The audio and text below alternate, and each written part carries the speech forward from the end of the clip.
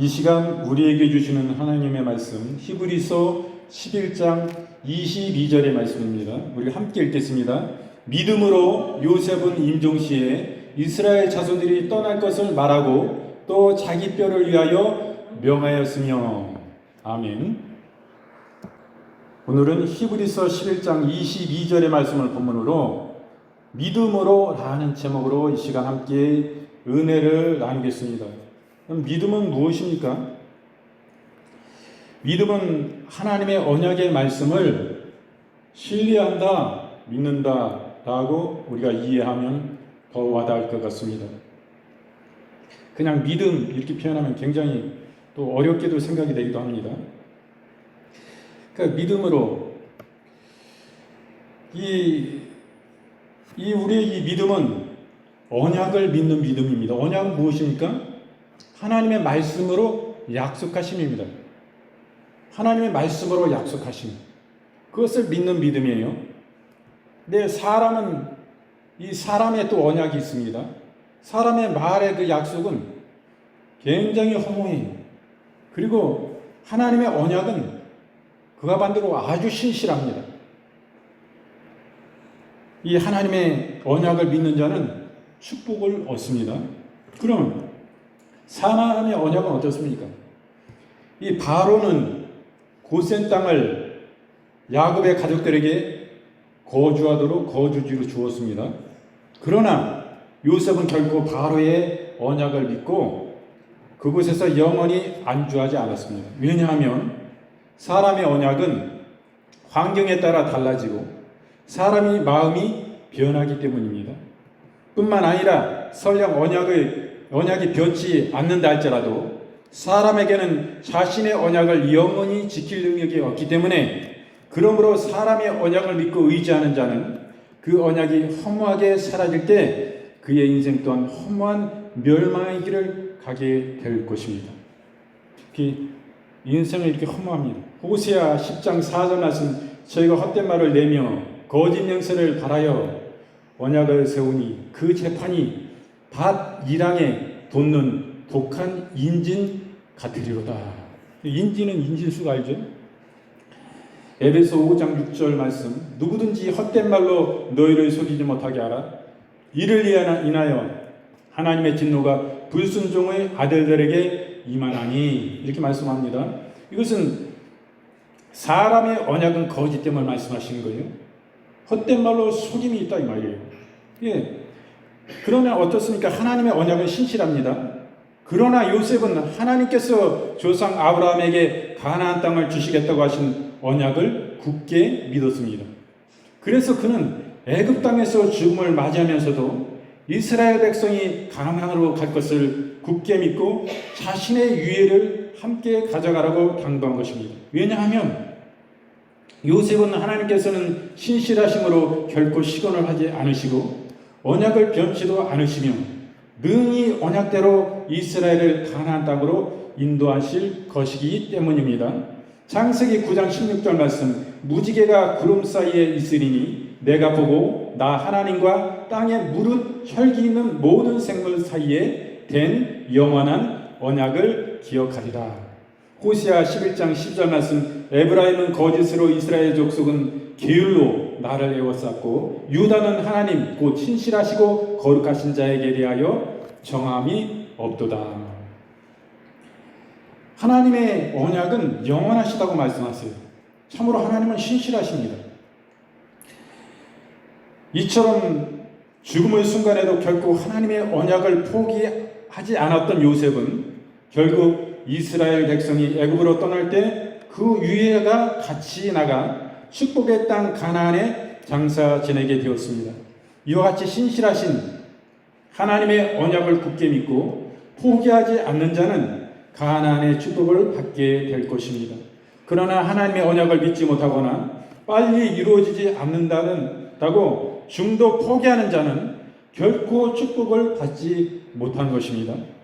그러므로 우리 성도들은 그러므로 우리는 내세를 바라보는, 내세는 것은 우리가 이 현실의 이 삶이 아니라 우리 죽고 나서 저 천국의 소망을 두고 천국의 내세라고 그래요. 그러니까 세상 것은 헛됩니다. 하늘의 것은 그러나 영원해요.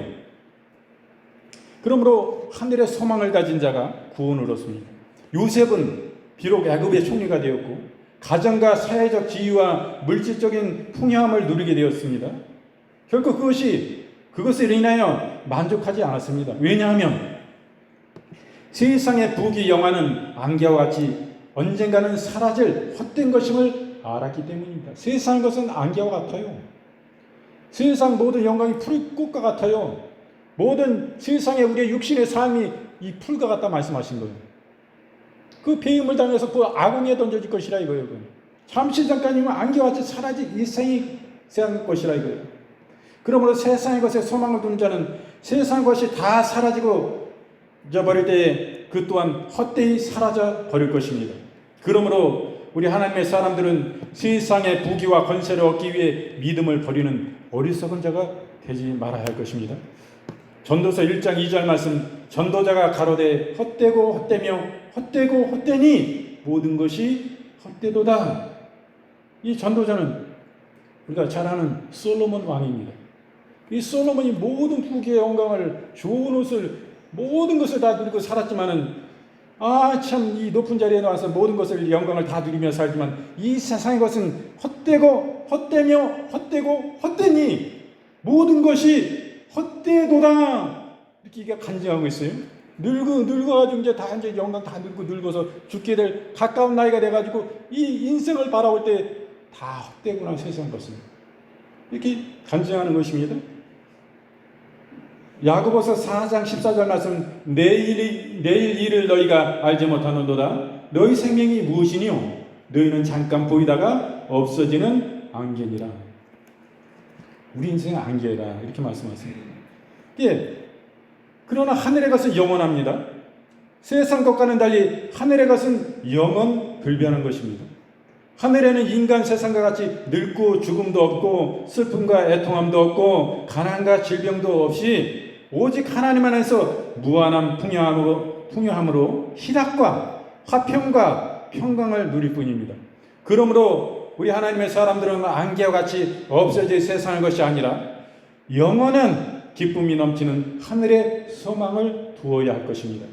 고린도후서 5장 1절 말씀, 만일 땅에 있는 우리의 장막집이 무너지면 하나님께서 지으신 집 곧 손으로 지은 것이 아니요 하늘에 있는 영원한 집이 우리에게 있는 줄 아나니. 이렇게 말씀하세요. 하늘에 영원한 집이 우리에게 있다 이거예요.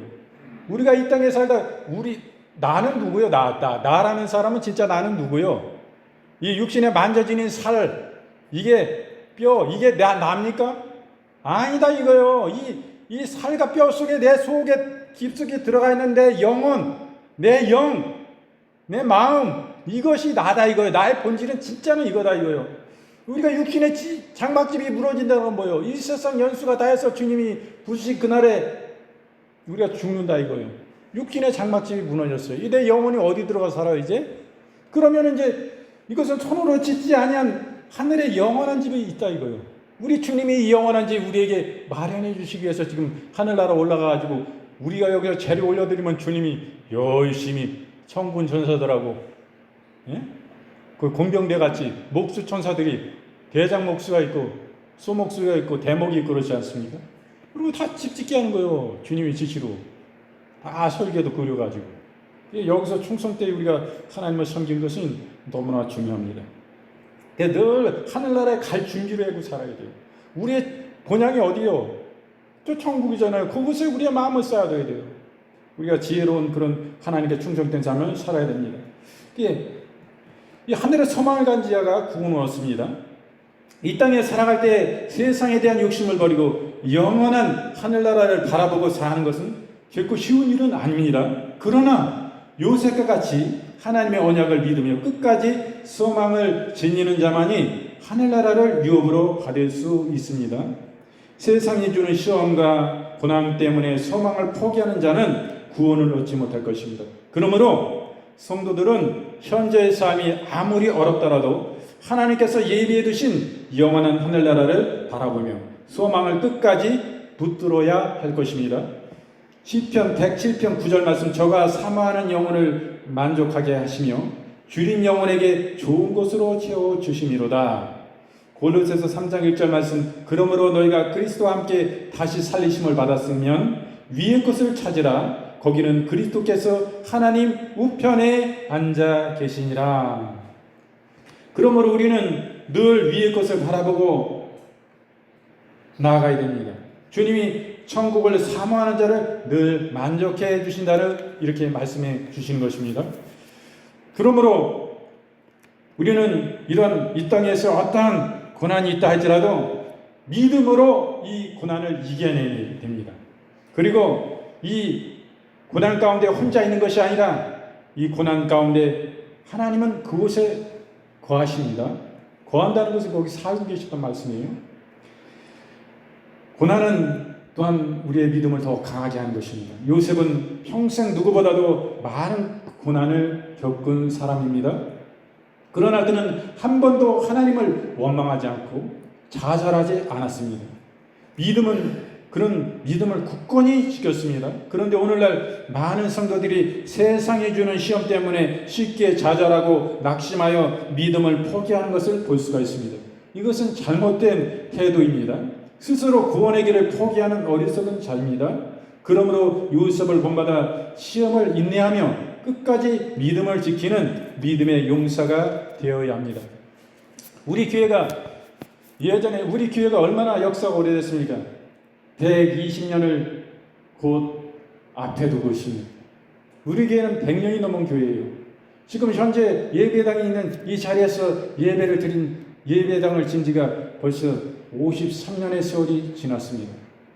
우리 교회가 그동안 이렇게 교회는 줄어들었지만은 이 마을의 모든 사람들이 두세가구를 빼고 모든 사람들이 다 이 교회에 나오는 다 우리 하나님의 사람들이었습니다. 성도들이었습니다.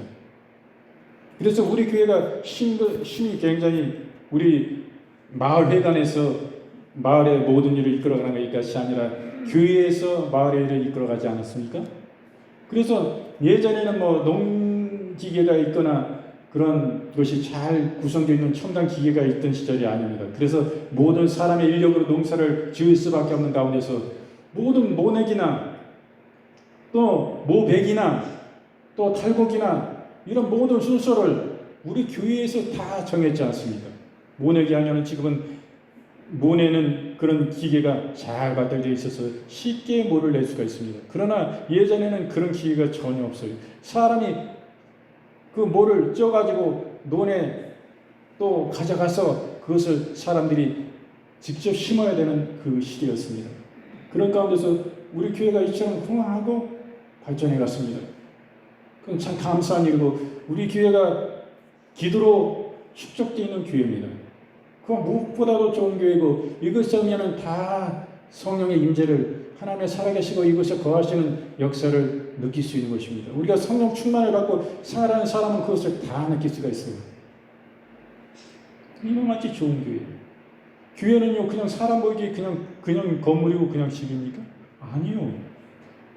예수께서 말씀하시기에 내 집은 만민이 기도하는 집이라고 말씀하셨잖아요. 주님의 집이라고 말씀하세요. 주님이 여기에 사시는 거예요. 거하시는 거예요.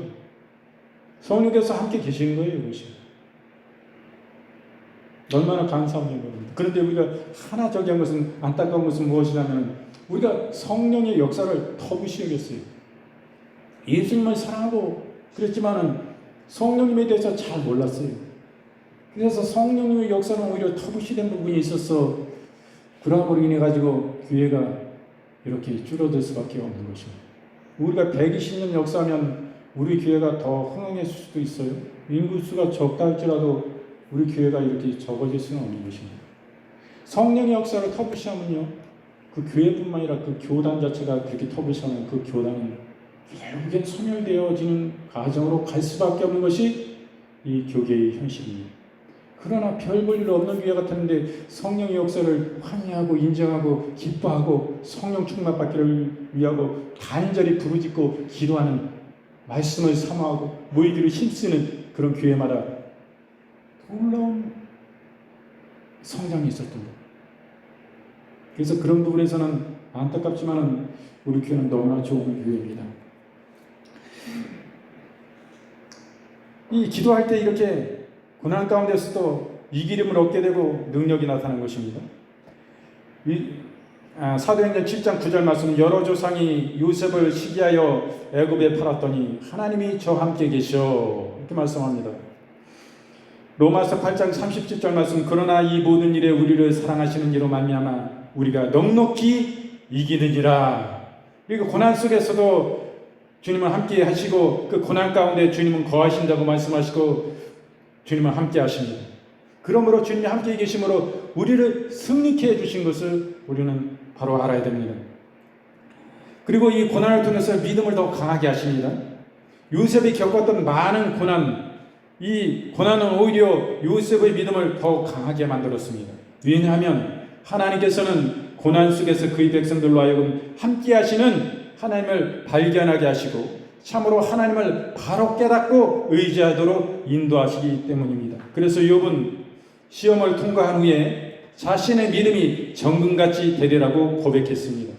그러므로 우리 성도들은 시험을 당할 때에 낙심하지 말고 오히려 고난 후에 자신의 믿음이 정금같이 귀해질 것을 바라보며 기쁜 마음으로 이겨나가야 할 것입니다.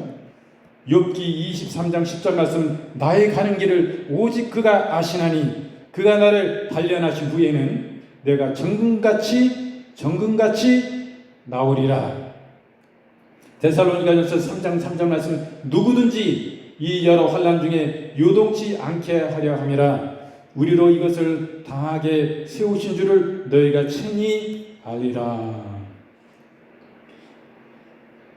이 정금 같은 믿음, 오히려 이 고난 가운데 이 고난을 통하여 더 굳건히 서게 하시는 그런 모습을 우리는 오늘 말씀을 통해서 보았습니다. 오늘 말씀을 보니까 믿음으로 사는 삶, 이것은 하나님의 언약의 말씀을 우리가 신뢰함입니다. 신뢰함은 무엇이에요? 무엇을 바라보고 신뢰합니까? 우리 하나님 아버지께서 하나밖에 없는 독생자 예수님을 십자가에 내어주시고 우리의 죄를 대신 짊어지시고 그 하나밖에 예수님의 옥체를 깨뜨려 찢기시고 피 흘려 우리를 위하여 다 주시고 십자가에서 그 생명이 운명하신 것입니다. 돌아가신 거예요. 이것을 바라볼 때 우리 하나님을 신뢰할 수가 있습니까? 없습니까? 당신의 하나밖에 없는 독생자의 그 생명을 걸고 그 목숨값으로 빚값으로 피로 언약을 하신 거예요. 그 말씀, 하나님의 말씀, 그냥 말씀으로 그냥 약속하신 정도가 아니에요. 당신의 아들의 목숨을 걸고 약속하신 거예요. 하나밖에 없는 그 귀중한 아들을. 그러니 우리가 믿음이라는 것은 그 예수님의 십자가의 그 피 흘리신 예수님의 십자가의 사랑을, 하나님의 참된 사랑을 바라볼 때에 그 약속이 얼마나 신뢰가 갑니까? 믿음이라는 것은 믿어? 못 믿어? 이거요. 확실히 믿게 됩니다. 아들의 생명을 내 죽음 가운데 영원 지옥 갈 수밖에 없는 나를 위해서 아들의 생명값으로 목숨값으로 나를 주님이 말씀하신 그 약속이 얼마나 참되고 진실하냐 이거예요. 그렇지 않습니까? 이게 믿음이다 이거요. 이게 어디서 우리 믿음 찾습니까? 맨날 믿음 얘기하면 믿음 떨어집니다. 대체 믿음이 뭐야? 더 어렵네 자꾸. 예수 십자가를 바라보라 이겁니다. 그거 믿음이에요. 믿음. 예수님의 피를 통해서 하나님의 약속을 믿을 수가 있잖아요. 아버지 하나님의 약속을 어떻게 믿어요? 믿죠?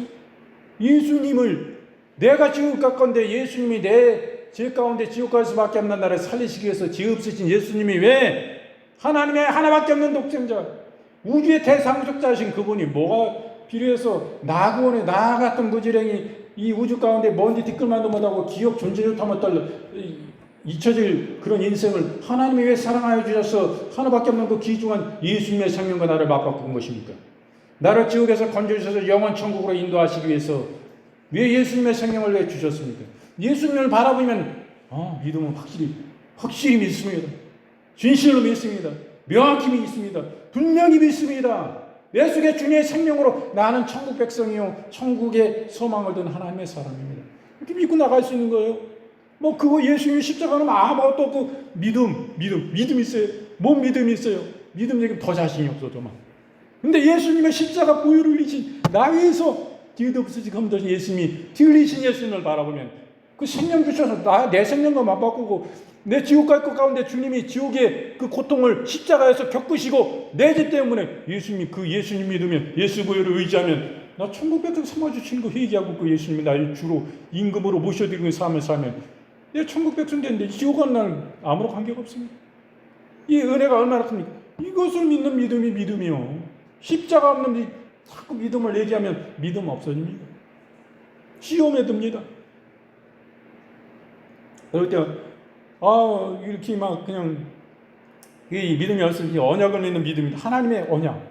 그래서 예수님이요, 언약은 이 새 언약. 예수님 십자가에 나 위해서 피 흘리신 예수님, 피 흘리실 뿐만 아니라 사망을 쉽게 드시고 다시 부활하신 예수님, 지금 하늘의 영광보좌 우편에 앉아 계시고 우리를 위해서 중보하시고 눈물을 흘리시고 심장의 진실함을 쏟으시며 우리를 위해서 기도하시는 그 예수님.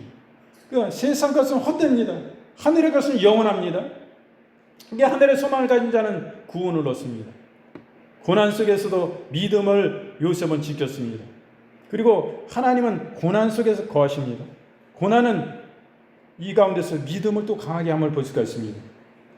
우리가 계속 말씀을 보면은 아브라함이 믿음도 그렇고 믿음으로 이삭은, 믿음으로 야곱은, 믿음으로 요셉은, 믿음으로 모세는, 오늘 말씀의 주인공인 요셉도 믿음으로 요셉은, 이 믿음 가운데는 예수 십자가, 나 위해서 보혈을 외친 예수님, 그 피 언약, 그것을 통해서 하나님 말씀을 믿을 수 있습니다. 제 믿음이 이것입니다. 제 믿음이 이 안에 있습니다. 근데 더 예수님을, 믿음이라는 것은요, 한자 배우면 믿을 신자요, 그냥 신뢰한다 이거요. 한쪽으로 신용한다 이거. 당신은 왜 하나밖에 없는 독생자의 생명을 내걸고 그 목숨값을 내놓고, 내 아들 목숨 하고 내 지옥 갈 내 인생 가운데 나의 목숨과 예수님 목숨을 바꾼 거요.